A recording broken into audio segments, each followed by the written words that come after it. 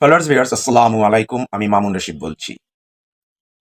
দুই দিকে দুই শক্তি তৈরি হয়েছে পৃথিবীতে। একদিকে আমেরিকা, তুরস্ক, সৌদি আরব, পাকিস্তান।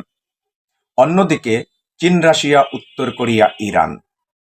আমরা দেখেছি ২০২৪ সালের শেষের দিকে সিরিয়ার প্রেসিডেন্ট বাশার আল আসাদের পতন হয়েছিল তুরস্ক এবং এরদোগানের সহায়তায়, এবং প্রকাশ্যে এখানে তুরস্ক ভূমিকা রেখেছিল।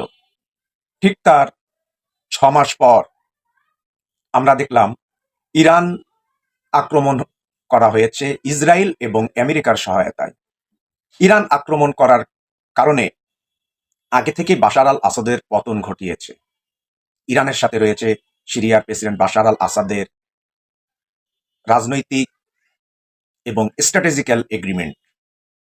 এটা ইসরায়েলের জন্য খুবই সংকট। ঠিক ৮ মাস পর ২০২৬ সালের এই ফেব্রুয়ারি মাসে আবার ইরান আক্রমণ হলো, ঠিক ইসরায়েল আমেরিকা মিলেই। এবছর ফেব্রুয়ারির ২৮ তারিখ থেকে এই যুদ্ধ নতুন করে শুরু হয়েছে। এখানে তুরস্কের প্রেসিডেন্ট এরদোগান প্রথম দিকে খুব ভূমিকা রেখেছিল।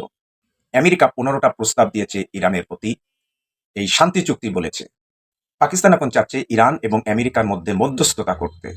বিষয়টা হচ্ছে যুদ্ধ এখন থেমে যাওয়ার সম্ভাবনা দেখা যাচ্ছে। তো যাই হোক, এই ভূ রাজনীতির খেলা কোথায় গিয়ে শেষ হয় আমরা পরবর্তীতে দেখব। আমাদের কাউন্টার ইমেজ ইউটিউব চ্যানেলের সাথে থাকুন, আপনারা সাবস্ক্রাইব করুন। সবাইকে ধন্যবাদ। আসসালামু আলাইকুম।